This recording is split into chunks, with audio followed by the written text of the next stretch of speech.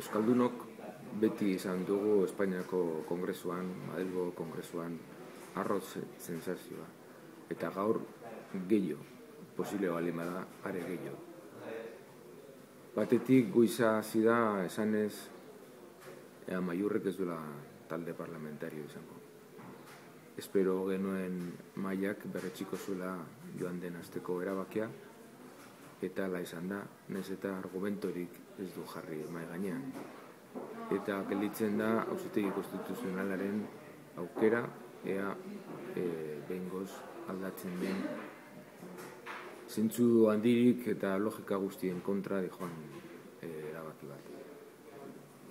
Rajoyren hitzaldia entzun du ondoren, eta argi gelditu da Espainiari buruz hitzien dula, krisian dagoen Espainiari buruz, krisi ekonomikoa sakonean eta identitate krisi handiarekin ere, eta ez duela erakutsi batetik Espainia nola atera krisi horretatik, ez du argitasunik erakutsi, orokorkeri gehiegi esan ditu, baina batez ere Euskaldunentzat argi utzi du ez duela begi bistan dakan arazoa ikusi nahi. Eta argi utzi du ez du aipatu ere egin Euskal Gaia.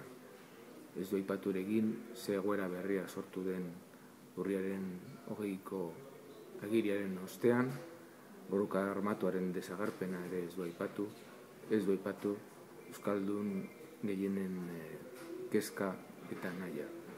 Beste herri edo estatu batean bizi izango agina bezala sentitu gara.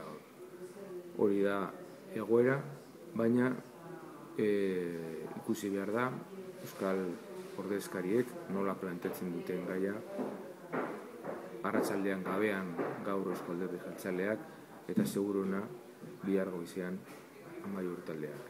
Mistoaren barruan, baino ahots propioarekin, eta baita ere geroa baiko diputatuak. Galdera asko dauzka Rajoyk erantzuteko, eta ea zuzenean galdetuta erantzuten duen zerbait.